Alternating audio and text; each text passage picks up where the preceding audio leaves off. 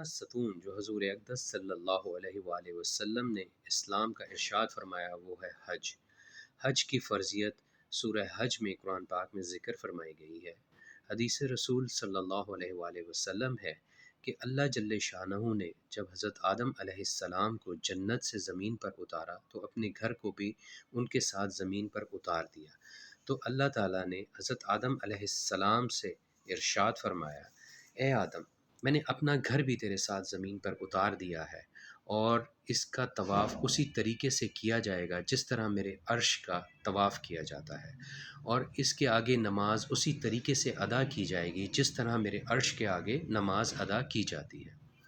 حضرت ابو ہریرہ رضی اللہ تعالی عنہ سے روایت ہے کہ حضور اقدس صلی اللہ علیہ وآلہ وسلم نے ارشاد فرمایا، جو شخص اللہ کی رضا کے لیے حج کرے اور اس میں کوئی رفث اور فسق نہ ہو، رفث کہتے ہیں بیہودہ باتوں کو اور فسق کہتے ہیں حکم عدولی کو، کہ جو شخص اپنے آپ کو بیہودہ باتوں سے اور حکم عدولی سے بچائے اور جب وہ واپس جائے گا تو ایسے ہے جیسے آج ہی اپنی ماں کے پیٹ سے پیدا ہوا ہے۔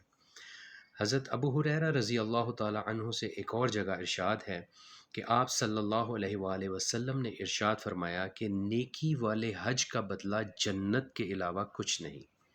حضرت عبداللہ بن عمر رضی اللہ تعالی عنہ نے ارشاد فرمایا کہ دو صحابہ حضور اقدس صلی اللہ علیہ وآلہ وسلم کی خدمت میں حاضر ہوئے۔ آپ نے عرض کیا، یا رسول اللہ، ہم آپ سے کچھ سوالات کرنا چاہتے ہیں۔ آپ صلی اللہ علیہ وآلہ وسلم نے فرمایا کہ اگر تم پوچھنا چاہتے ہو تو تم پوچھو، یا میں تمہیں وہ جوابات دے دوں جو سوالات تمہارے ذہن میں ہیں۔ صحابہ نے کہا، یا رسول اللہ آپ ارشاد فرمائیے۔ آپ صلی اللہ علیہ وآلہ وسلم نے ارشاد فرمایا، تم یہ جاننا چاہتے ہو کہ جب بندہ اپنے گھر سے حج کی نیت سے نکلتا ہے تو اسے کیا ثواب ملتا ہے؟ 2 رکعت وہ طواف کے بعد جو ادا کرتا ہے اس کا کیا اجر و ثواب ہے؟ صفا اور مروہ کی جو سعی کی جاتی ہے اس کا کیا اجر ہے؟ عرفات کے مقام کے اوپر جو قیام کیا جاتا ہے اس کا کیا اجر ہے؟ شیطان کو کنکریاں ماری جاتی ہیں، قربانی کی جاتی ہے اور طواف زیارہ کیا جاتا ہے، ان تمام چیزوں کا کیا ثواب ہے؟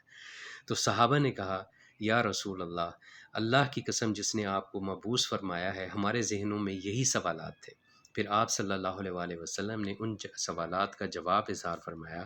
آپ صلی اللہ علیہ وآلہ وسلم نے ارشاد فرمایا کہ جو شخص اپنے گھر سے حج کی نیت سے نکلتا ہے تو جو قدم بھی وہ اٹھاتا ہے یا اس کی اونٹنی اٹھاتی ہے اس کے بدلے اس کو ایک نیکی عطا کی جاتی ہے اور اس کا گناہ ایک معاف کر دیا جاتا ہے۔ دوسرا، 2 رکعت نفل جو طواف کے بعد ادا کیے جاتے ہیں اس کا ثواب ایک عربی غلام آزاد کرنے کے برابر ہے۔ اور تیسرا، صفا اور مروہ کے درمیان جو سعی کی جاتی ہے اس کا ثواب 70 غلام آزاد کرنے کے برابر ہے۔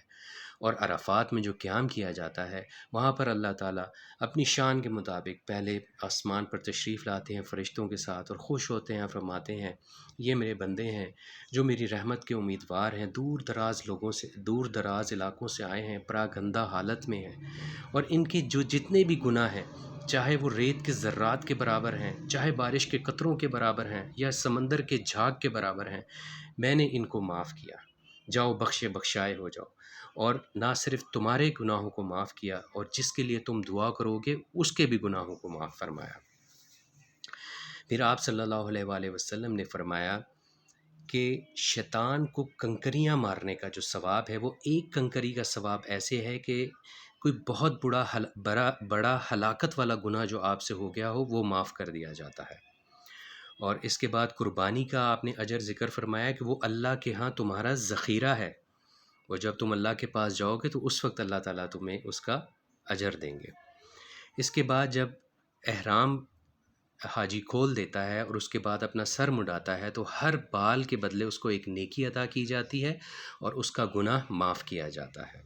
اس کے بعد جب طواف زیارہ کرتا ہے تو بخشا بخشایا ہوتا ہے اور ایک فرشتہ اس کے مونڈوں کے درمیان ہاتھ رکھ کر کہتا ہے کہ آج تو بخشا گیا ہے، تیرے سارے گناہ معاف ہو گئے ہیں، از سر نو اپنی اعمال کو شروع کر۔